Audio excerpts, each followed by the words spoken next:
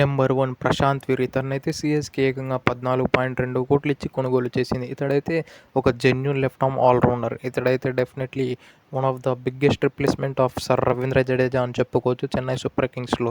ఇతడు అటువంటి skill set అయితే ఉంది. కానీ అంత ఎత్తుకెదుగుతాడో లేదో వి నెవర్ నో. కానీ చెన్నై సూపర్ కింగ్స్ లాంటి జీనియస్ టీమ్ అయితే అతన్ని గ్రూమ్ చేయడానికి రెడీగా ఉండవచ్చు. లైక్ సర్ రవీంద్ర జడేజా అంత ప్లేయర్ కాకున్నా ప్రశాంత్ వీర్ అనే ఒక ప్లేయర్ రెడీ చేయడానికైతే డెఫినెట్లీ చెన్నై సూపర్ కింగ్స్ 14 కోట్లు అయితే వేచి ఉంటుందని నాకు అనిపిస్తుంది. ఇతడైతే ఒక left arm stylish and elegance powerful batter అని చెప్పుకోవచ్చు. ఇతడైతే లో ఆర్డర్ వచ్చి మ్యాచెస్ అయితే చాలా బాగా ఫినిష్ చేస్తాడట. అలానే దాదాపు 180 స్ట్రైక్ రేట్ దాకా మెయింటైన్ చేస్తాడని ఇప్పటివరకు ఉన్న రికార్డ్స్ అయితే చెబుతున్నాయి. అలానే తన బౌలింగ్ స్టైల్ అయితే లెఫ్ట్ ఆర్మ్ ఆఫ్ స్పిన్నర్.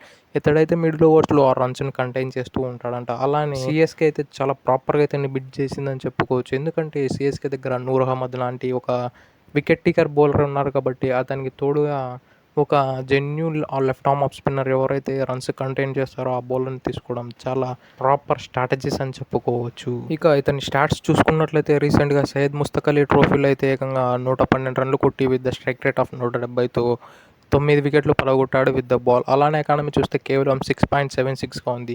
ఈ ఎకానమీ దృష్టిలో పెట్టుకొని అతన్నైతే చెన్నై సూపర్ కింగ్స్ బైబ్యాక్ చేసింది. అలానే యూపీ టీ20 లీగ్లో చూసుకున్నా కూడా అతడు 320 రన్లు కొట్టి ఏకంగా 155 స్ట్రైక్ రేట్‌తో 8 వికెట్లు కూడా తీశాడు విత్ ద బాల్. కాబట్టి డెఫినెట్లీ తన పైన అయితే చాలా హై ఎక్స్పెక్టేషన్స్ అయితే ఉంటాయి. ఎందుకంటే ఈ పర్ఫార్మెన్సెస్ బేసిస్ అలానే ఇతడు ఏకంగా 14 కోట్లు uncapped player one of the highest praise అని చెప్పుకోవచ్చు. ఇంతవరకు ఎవరికీ కానీ 14 కోట్లు అయితే అన్‌క్యాప్డ్ ప్లేయర్‌కి అయితే ఇవ్వలేదు. కాబట్టి డెఫినెట్లీ తన పైన హై హోప్స్ ఉండే అవకాశాలు ఉన్నాయి. ఇక రెండో ప్లేయర్ విషయానికి వస్తే ఇతడైతే కార్తిక్ శర్మ. ఇతన్ని కూడా సీఎస్‌కే ఏకంగా 14.2 కోట్లు ఇచ్చి కొనుగోలు చేసింది. ఇక ముందుగా ఇతని స్టాట్స్ చూసుకున్నట్లయితే టీ20లో ఆడిన 12 మ్యాచెస్‌లో ఏకంగా 334 రన్స్ కొడుతూ యావరేజ్ ఆఫ్ 30తో స్ట్రైక్ రేట్ అయితే ఏకంగా 162 మెయింటైన్ చేశాడు. ఆడిన 11 ఇన్నింగ్స్‌లో ఏకంగా 28 సిక్సర్లు కొట్టి అతని పవర్ ఏందో చూపించాడు. ఇతడైతే స్పెషలిస్ట్ బాగా మంచిగా మ్యాచెస్ అయితే ఫినిష్ చేస్తాడంట. అలానే one of the greatest cricketer అయిన రవిచంద్రన్ అశ్విన్ ఇతని గురించి మాట్లాడుతూ one of the best power hitter అని కూడా చెప్పుకొచ్చాడు. కాబట్టి ఇతని పైన కూడా చాలా ఎక్స్పెక్టేషన్స్ ఉండే అవకాశాలు ఉన్నాయి. ఈవెన్ ఇతని వికెట్ కీపింగ్ కూడా ది బెస్ట్ వికెట్ కీపర్ అని చెప్తూ వస్తున్నారు. కాబట్టి ఇదంతా పక్కన పెడితే ఇతడు వెళ్ళేదేమో వరల్డ్‌లోనే one of the best wicket keeper అయిన ఎంఎస్ ధోని ఉండే టీం. డెఫినెట్లీ ఇతడైతే ఈ after 1 year of CSK team తర్వాత డెఫినెట్లీ ఇతని కీపింగ్ స్కిల్స్ అలానే ఇతని బ్యాటింగ్ స్కిల్స్ ఇతని మైండ్ సెట్ అయితే డెఫినెట్లీ చేంజ్ అయిపోయే అవకాశాలు ఉన్నాయి. ఎందుకంటే అక్కడ the greatest of Mahendra Singh Dhoni అలానే present generation one of the best player అయిన సంజు శాంసన్ కూడా అక్కడ ఉన్నారు. కాబట్టి ఇంత మంచి వికెట్ కీపర్లతో అతడు వర్క్ చేసిన తర్వాత డెఫినెట్లీ ఇతడు మన ఇండియాకి సూపర్ స్టార్ అయ్యే అవకాశాలు కూడా లేకపోలేదు. ఇక నెంబర్ 3 విషయానికి వస్తే కశ్మీర్కు చెందిన అక్యూబ్ నబీద్ దార్. ఇతన్నైతే ఢిల్లీ క్యాపిటల్స్ ఏకంగా 8.4 కోట్లు ఇచ్చి కొనుగోలు చేసింది. ఇతని స్టాట్స్ విషయానికి వస్తే ఇతడు టీ20 మ్యాచెస్లో ఏకంగా 34 మ్యాచెస్లో పర్ఫామ్ చేయగా అందులో 43 వికెట్లు తీశాడు. ఇతని బెస్ట్ బౌలింగ్ పర్ఫార్మెన్స్ చూస్తే 4 ఫర్ 16గా ఉంది. అలానే ఇతడు విత్ ద బ్యాట్ కూడా హ్యాండీ విత్ ద బ్యాట్ అంటే ఏదో కొంచెం అయితే విత్ ద బ్యాట్ కంట్రిబ్యూట్ చేసే సత్తా అయితే తనకుంది.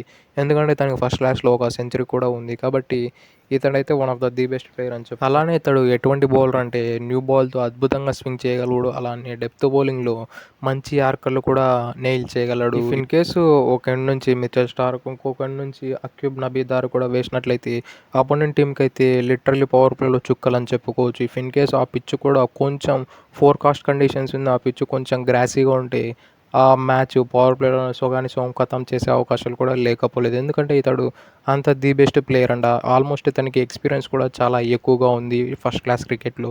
ఇతడికి ఆల్మోస్ట్ 30 ఇయర్స్ ఓల్డ్ అంటే ఇతడు ఎంత ఎక్స్పీరియన్స్ గెయిన్ చేస్తుంటాడో మీరు అర్థం చేసుకోవచ్చు. ఇక నెంబర్ 4 విషయానికి వస్తే నెంబర్ 4లో మంగేష్ యాదవ్. ఇతనైతే ఆర్సీబీ ఏకంగా 5.2 కోట్లు ఇచ్చి కొనుగోలు చేసింది. ఇతడైతే left arm the best bowler, fast bowler. అలానే బ్యాటింగ్లో కూడా డౌన్ ఆర్డర్ వచ్చి ఆల్మోస్ట్ 200+ స్ట్రైక్ రేట్తో పవర్ హిట్టింగ్ చేస్తూ ఉంటాడంట.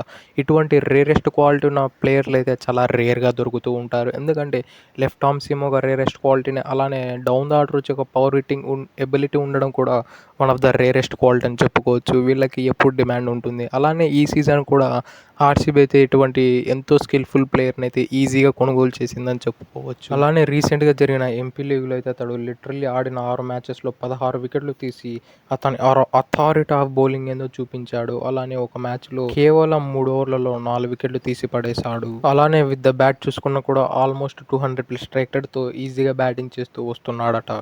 అలానే ఆర్‌సీబీ ఈ ఆక్షన్‌లో చూసుకుంటే ది బెస్ట్ ప్లేయర్స్‌ని పిక్ చేసిందని చెప్పుకోవచ్చు. చాలా ప్రాపర్‌గా అయితే వాళ్ళు ప్లానింగ్ చేసుకున్న ప్లాన్ అయితే ఈజీగా ఎగ్జిక్యూట్ చేసినట్లయితే కనిపిస్తూ ఉంది. మీరు ఆక్షన్‌లో చూసుకున్నట్లయితే ఆర్‌సీబీ ప్రతిసారిలాగా ఏదో ఒక అన్‌వాంటెడ్ ప్లేయర్‌ని తీసుకొని అతని రెప్యుటేషన్ మీద ఊరికే ప్యాడ్ లేపేది. కానీ ఈ సీజన్ చూసుకున్నట్లయితే లాస్ట్ సీజన్ ఎలా అయితే ప్రిపేర్డ్‌గా వచ్చారో సేమ్ ఇదే మినా ఆప్షన్‌కు సేమ్ అలానే ప్రిపేర్డ్ అయ్యి వచ్చినట్లయితే కనిపిస్తుంది. ఎలా అయితే వెంకటేష్ అయ్యర్ కోసం 7 కోట్లలోనే రాబట్టుకున్నారో అలానే జేకబ్ డెఫీ అతడు కూడా ఆల్మోస్ట్ ఈ టీ20 క్రికెట్‌లో అయితే నెంబర్ 2 ర్యాంకింగ్స్‌లో ఉన్నాడు. అతన్ని కూడా కేవలం 2 కోట్లలోనే రాబట్టుకొని one of the best picks అని చెప్పుకోవచ్చు. ఎందుకంటే అతడు అందరిలాగా ఏదో 1, 2 మ్యాచెస్ పర్ఫార్మ్ చేసే బౌలర్ అయితే అసలే కాదు.